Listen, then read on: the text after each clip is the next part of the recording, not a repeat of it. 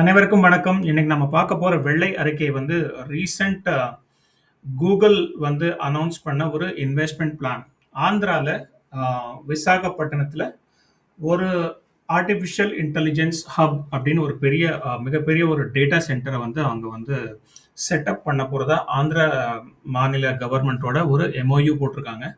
Memorandum of understanding, இது சொல்லணும்னா புரிந்துணர்வு ஒப்பந்தம்.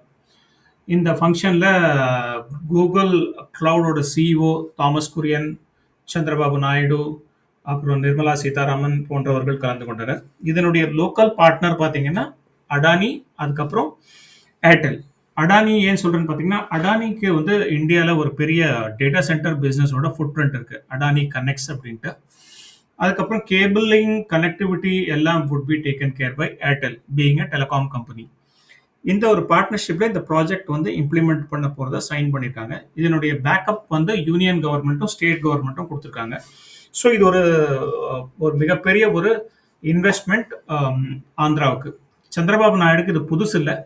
அவருடைய டேர்ம்ல முதல்ல பார்த்தீங்கன்னா மைக்ரோசாஃப்ட்ல இந்தியா கொண்டு வந்தது, ஹைதராபாதோட ஐடி லேண்ட்ஸ்கேப்பை கம்ப்ளீட்டா மாத்தினது எல்லாரும் அவருடைய மிகப்பெரிய சாதனைகள் அப்படின்னு சொல்லலாம்.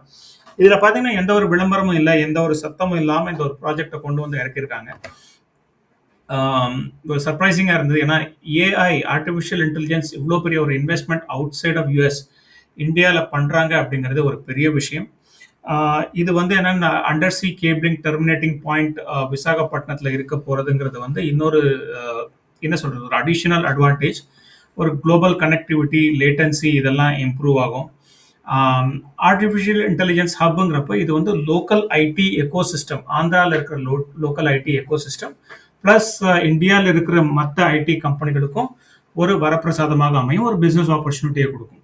இது தவிர பார்த்தீங்கன்னா இவ்வளோ பெரிய ப்ராஜெக்ட் வந்ததுன்னா அதை சுற்றி நிறைய இன்டைரக்ட் ஜாப்ஸ் கிரியேட் ஆகும், இன்ஃப்ராஸ்ட்ரக்சர் இம்ப்ரூவ் ஆகும், ரியல் எஸ்டேட் பூம் ஆகும், லோக்கலில் படித்த இளைஞர்களுக்கு வேலை வாய்ப்பு கிடைக்கும்.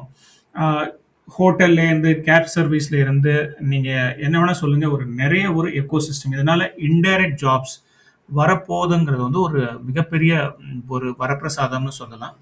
இது ஒரு நிஜமாவே ஒரு landmark project for Andhra, for India first then Andhra அப்படின்னு சொல்லலாம். இது தவிர ஏஐ டேட்டா சென்டர் அப்படின்னு பார்த்தீங்கன்னா இதுக்கு தேவையான பவர் ரிக்குவயர்மெண்ட், எலக்ட்ரிசிட்டி ரிக்குவயர்மெண்ட் வந்து ரொம்ப ஜாஸ்தியாக இருக்கும்.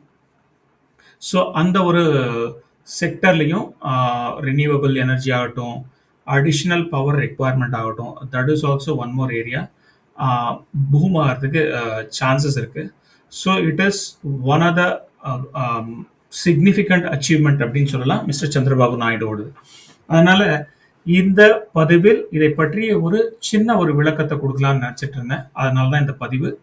நம்மளுடைய ஒயிட் பேப்பர் சேனலில் இதே மாதிரி ஒரு சிறிய தகவல்கள், ஒரு பாயிண்டடாக எந்த தகவல் வேணுமோ அதை மட்டும் கொடுக்கலாம் அப்படின்ட்டு நினச்சிட்டு இருக்கேன்.